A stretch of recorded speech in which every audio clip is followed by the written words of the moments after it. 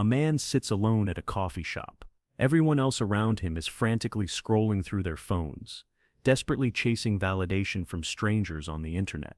Couples take selfies. Groups gossip loudly. The lone wolves, they're swiping through dating apps like their lives depend on it. But this man, he's different. He's got earbuds in, listening to an audiobook on philosophy, while the rest of the room numbs their minds with TikTok. He's not lonely. He's not desperate. He isn't searching for approval or attention or connection. And that, my friend, makes him the most dangerous person in the room. But why? Why does a man who's comfortable in his own skin, who doesn't need external validation, who can sit quietly with his own thoughts, terrify society so much? Hold that thought. We're about to dive deep into a truth that may change how you view solitude forever. The lie society tells you about being alone. Here's the brutal truth no one wants to admit. Our entire social structure is built on your neediness. Think about it. Every ad, every social media platform, every dating app, even every self-help guru, they all operate on one core assumption. You are incomplete without others. Find your soulmate, connect with friends, build your network. You need community to be happy. But what if that's all a lie? What if the man sitting alone, completely content in his own company, represents something so threatening to the system that we've collectively labeled him as weird, antisocial, or lonely? Here's what I've learned. Society doesn't fear the man who can't be alone. Society fears the man who doesn't need anyone. Philosophy is armor. Let me tell you about two men who understood this dangerous truth, centuries apart. Marcus Aurelius, the most powerful man in ancient Rome, once wrote in his private journal, "All cruelty springs from weakness." He could command legions.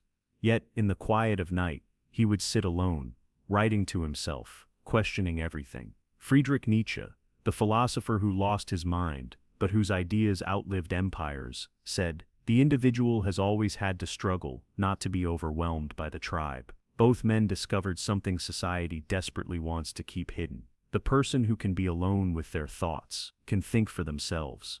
And thinking for yourself, that's dangerous. The psychology of the dangerous loner. So, what's really going on inside the mind of someone who chooses solitude over constant social validation? Let's break it down. They've escaped the approval addiction. While everyone else is chasing likes, comments, and dopamine, the dangerous loner builds something more powerful, self-respect that isn't dependent on public opinion. They've made peace with discomfort. Most people can't sit with their thoughts for 5 minutes without grabbing their phone. But silence? Silence shows us who we really are, and many people don't like what they find. The dangerous loner? They've had those 3 a.m. conversations with themselves. They've met their demons and come out stronger. They can't be manipulated. When you don't need validation, you're immune to rejection, unaffected by popularity, and untouched by social pressure. That makes you uncontrollable. Marcus Aurelius, Strength Through Solitude. Every evening, Marcus would reflect and write, asking himself questions like, what did I want today that I didn't need? What did I fear that I couldn't control? Where did I compromise my values just to fit in? This wasn't journaling, it was training. He was building mental muscle. When you know yourself deeply, you're no longer fooled by shallow games. Other people's opinions, powerless. Attempts to control you, transparent. You become dangerous because you become free. Nietzsche, creating your own values. Nietzsche took this even further. He said the truly dangerous person is the one who creates their own values, instead of blindly inheriting them from parents, culture, or society. Think about it. How much of what you believe was chosen by you, and how much was just handed to you? The loner begins asking questions like, why do I believe this? Who benefits from me believing this? What would I believe if I started from scratch? Once you start thinking for yourself, you stop being predictable, you stop being controllable, you stop being a good little consumer. The modern epidemic, loneliness versus solitude. Here's a truth no one talks about. Loneliness is a state of lack. It's the feeling that something or someone is missing. It says, I'm incomplete. But solitude is wholeness. It's the ability to be content in your own presence, to enjoy silence, to be enough. Our society has confused the two for a reason. A lonely person is a consumer. They buy to feel better. They scroll to feel seen. They conform to avoid feeling left out. But someone who enjoys solitude, they don't buy as much. They don't need approval. They're not easy to influence. And worst of all, they're thinking. And thinking people are dangerous to a system built on mindless compliance. The 4 pillars of dangerous solitude. After studying Marcus Aurelius and Nietzsche, I've identified 4 key traits of the dangerous loner. Radical self-honesty. They don't sugarcoat reality. They see their flaws, fears, and desires clearly, and that clarity makes them powerful. Value independence. Their morals aren't borrowed, they're built. They live by reason, not pressure. They can't be shamed or guilted into submission. Mental resilience. They've trained their minds to handle discomfort, silence, and introspection. They're unshaken by chaos. Freedom from manipulation. When you stop needing approval, you start seeing through the games. You can't be bought, coerced, or controlled. So now let me ask you, do you choose solitude or are you running from loneliness? Have you trained your mind to sit with itself? Or are you still reaching for your phone every 5 minutes? The next level of personal power isn't found in noise. It's found in silence. It's not in connection, but in clarity. If you found this thought-provoking, if you're someone who values deep ideas over shallow noise, like this video, hit that subscribe button and turn on the notification bell so you never miss a post. And remember, the most dangerous person in the room is the one who doesn't need it. Emotional self-sufficiency, the untouchable mind. The dangerous loner doesn't depend on others for their emotional well-being. They've learned to regulate their own emotions, to find peace within themselves, to become their own source of strength. Why is that dangerous? Because when you don't need anyone's approval, love, or acceptance to feel good about yourself, you can't be emotionally manipulated. You're not swayed by guilt. You're not controlled by fear. You're not shaken by rejection. Intellectual courage. Thinking the unthinkable. They're willing to explore ideas that others won't touch. They'll question the beliefs everyone else accepts as normal. They'll follow the evidence, even when it leads to uncomfortable truths. This kind of person can't be silenced by pressure. They'll speak truths that others whisper, even when it costs them socially. Ask yourself, when was the last time you changed your mind? Not because you were told to, but because you thought it through. The price of being dangerous. Let's not pretend this path is easy. There's a price to pay for real independence. People will misunderstand you. They'll call you antisocial, arrogant, or too intense. They'll pathologize your preference for solitude, label it as a problem. And yes, sometimes you'll feel isolated. Not lonely, but isolated.